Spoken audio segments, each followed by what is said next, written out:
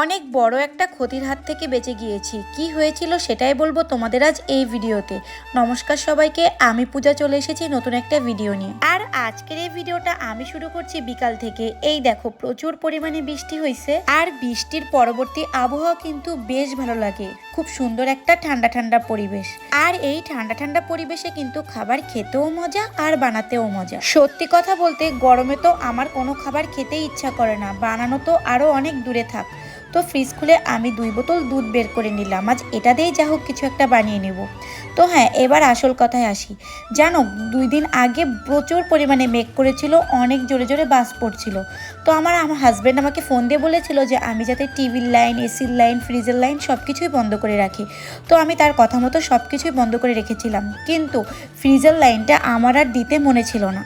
আর তার পরের দিন ছিল একাদশী, যেহেতু আমার ওটা মাছের ফ্রিজ, তাই আমি একাদশীর দিন ওই ফ্রিজটা টোটালি ধরি নাই। যদি ফ্রিজের কাছে যেতাম তাহলেও হয়তো বা বুঝতে পারতাম। আসল সমস্যাটা হয়ে গেছে এখানে। এবার তারপরের দিন দুধ রাখা হয়েছিল, সেই দুধটাই আমি ফ্রিজে রাখতে গেলাম। এবার দেখি যে আমার ফ্রিজের সব কিছুই গলে জল হয়ে আসে। আমি তো বিষয়টা একদমই বুঝতে পারছিলাম না। তারপর আমার মনে পড়লো যে সেদিন যে আমি ফ্রিজের লাইনটা অফ করেছি সেটা তো আর অন করা হয়নি। এবার তো আমার পুরো মাথায় হাত।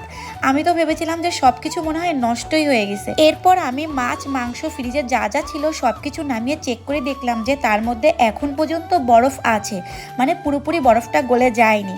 তার মানে সব কিছুই ঠিকঠাক ছিল। যেহেতু 2টা দিনের মধ্যে ফ্রিজটা আমার টোটালি খোলা হয়নি, তাই খুব একটা কিন্তু প্রবলেম হয়নি। আর আমি যদি সকালবেলা দুধটা না রাখতে যেতাম, হয়তো বা কখন ফ্রিজের কাছে যেতাম তা তো বলতেই পারি না। আর আমার ফ্রিজে থাকা মাছ, মাংস, দুধ, আগের যা কিছু ছিল সব কিছুই আমাকে ফেলে দিতে হতো।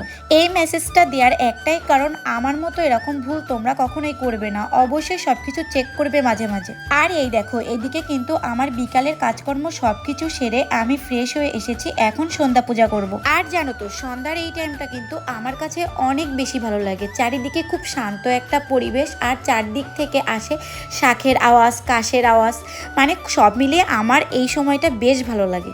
এখানে দেখো আমার সাথে কিন্তু আমার বুড়িও সন্ধ্যা দিচ্ছে। তো সন্ধ্যা দিয়ে চলে আসলাম রান্নাঘরে। এখন দেখি কিছু একটা বানানো যায় কিনা। ঘরে বেশ কিছুদিন ধরে কিছু সেমাই ছিল, ভাবছি আজকে সেমাইটাই করব। আর দেখো আগের একটা ভিডিওতে একটা দিদিভাই আমার শাখার ডিজাইনটা ভালোভাবে দেখতে চেয়েছো, আর আমি ওটাতে কতটুকু স্বর্ণ দিয়ে বানিয়েছি সেটাও জানতে চেয়েছো। দেখো এখন তো ডিজাইনটা দেখানো সম্ভব হচ্ছে না, পরের একটা ভিডিওতে আলাদাভাবে আমি তোমাকে শাখার ডিজাইনটা দেখিয়ে দেবো।